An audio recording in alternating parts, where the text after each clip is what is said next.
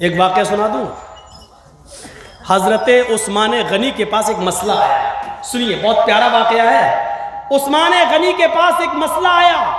एक शख्स आया, कहता लगा अमीरुल मोमिनीन उस्मान गनी से। हज़रत उमर इस दुनिया से जा चुके, उस्मान गनी खलीफा हैं। क्या कहता है? अमीरुल मोमिनीन, मेरी शादी को 6 महीने हो गए हैं। हज़रत उस्मान ने कहा अल्लाह बरकत दे। कहा पहले सुनो तो, बरकत की दुआ पहले ही देने लगे, पहले सुनिए ना। कहा क्यों, शादी हुई है और 6 महीने हो गए तो बरकत की दुआ दे रहा हूँ। अरे पहले सुनिए ना अमीरुल मोमिनीन, बच्चा कितने महीने के बाद होना चाहिए शादी के? शादी के 9 महीने के बाद बच्चा होता है। अच्छा, तो अमीरुल मोमिनीन ये बताइए कि मेरी शादी को तो अभी 6 ही महीने हुए हैं और मेरी बीवी ने बच्चा पैदा कर दिया, तो ये बच्चा मेरा माना जाएगा या नाजायज?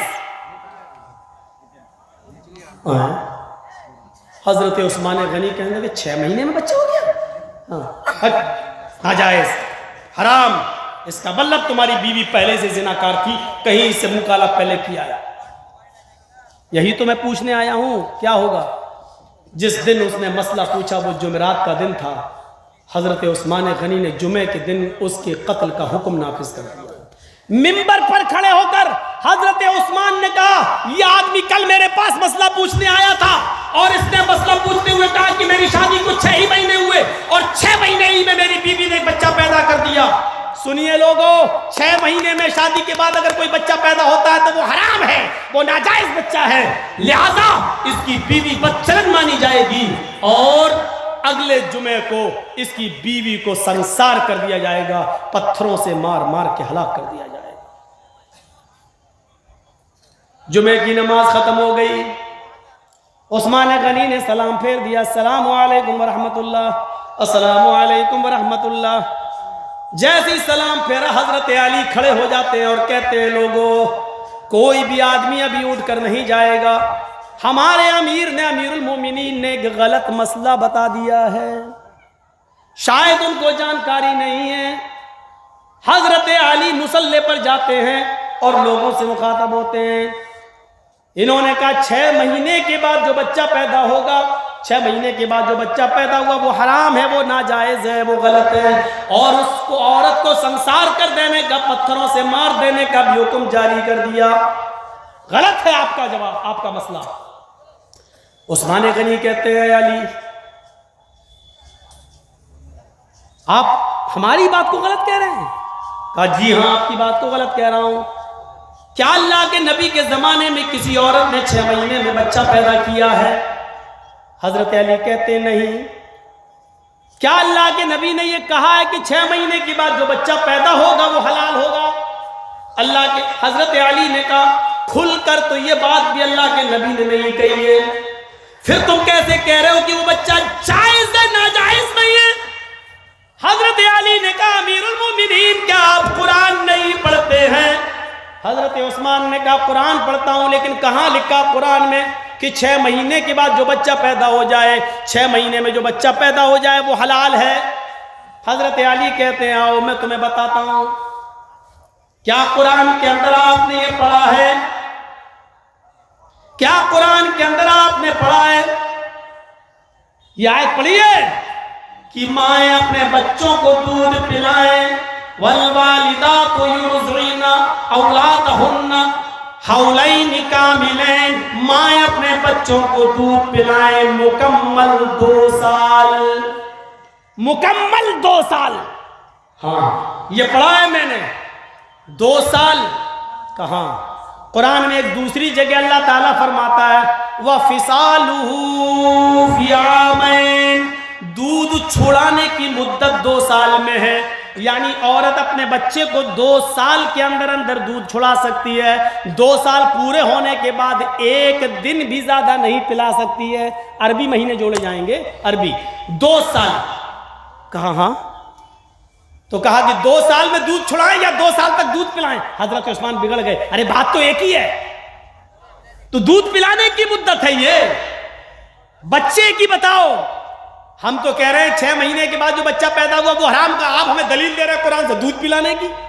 हजरत अली ने कहा वहीं आ रहा हूं, पहले आपको यह बता दूं कि दूध पिलाने की मुद्दत कितनी है। हजरत उस्मान ने कहा 2 साल। कहा 2 साल है? हाँ। 2 साल में महीने कितने होते हैं? कहा 1 साल में 12, 2 साल में 24। कहा 24 महीने याद रखना कि हाँ। उस्मान गनी ने कहा 24। 24 महीने कितने हुए? कहा 24 महीने 2 साल। 24 महीने किसके हुए? दूध छुड़ाने के। 24 महीने के बाद दूध नहीं पिला सकती है मां। का अच्छा ठीक है। आइए अब कुरान की तीसरी आयत में बताता हूं। अल्लाह ताला कुरान में कहता है वहमलुहु वफिसालुहु सलासूना शहरन, औरत के हमल की मुद्दत यानी पेट में बच्चे की मुद्दत और फिसालू और दूध छुड़ाने की मुद्दत, दोनों को जोड़कर अल्लाह ने कहा सलासूना शहरन, 30 महीने। 30 महीने जब अल्लाह ने हमल की मुद्दत और दूध पिलाने या छुड़ाने की मुद्दत 30 महीने बताई है, तो इसका मतलब यह हुआ कि एक मुद्दत हमल की है, एक मुद्दत दूध पिलाने की है। दोनों मुद्दतों को जोड़ा तो कितने हुए? का 30 महीने। का 30 में 2 साल यानी 24 महीने दूध पिलाने के हो गए। तो 30 में से 24 को अलग कर दो तो कितने हुए? कहा कितने बचे? कहा 6। कहा ये 6 महीने हमल की मुद्दत हुई कुरान की रोशनी में, यानी औरत 6 महीने के बाद भी बच्चा पैदा कर सकती है। कुरान कह रहा है ये भी हमल माना जाएगा और ये औरत की हमल की अकल्ले मुद्दत है। उस्मान तौबा कीजिए, एक औरत को कत्ल का हुक्म नाफिज कर दिया आपने, अपने जुमले वापस लीजिए। कुरान की रोशनी में औरत 6 महीने के बाद भी बच्चा पैदा कर सकती है और ये बच्चा जायज माना जाएगा, ये बच्चा हलाल माना जाएगा, ये बच्चा सही माना जाएगा।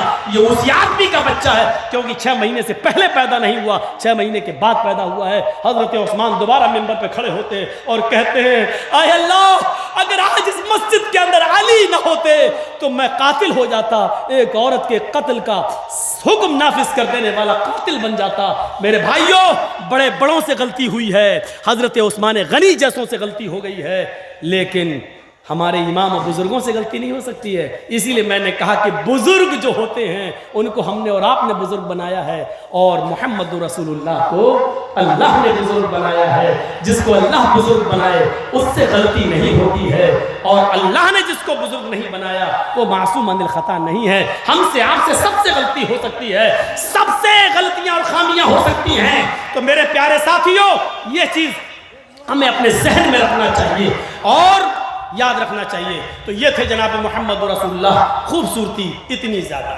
और एक मंत्र और, शरम शुरुधारी सद्भूषका उच्चालापी लिंगच्छेदीन सर्वभक्षो मतो मम्मा मुस्लिमेओ संस्कारा। राजा भोज ने बताया हिंदुस्तान में भारत में आने के बाद भारतवासियों, आखिरी नबी से कलकी से मैं मिल के आया हूं, उसके मानने वाले बहुत जल्दी भारत में आएंगे। अंतिम ऋषि के मानने वाले जब भारत में आ जाएं तो उनकी पहचान देखना, शर्म शुरूधारी, लंबी दाढ़ी रखेंगे लेकिन दाढ़ी में गांठ नहीं लगाएंगे।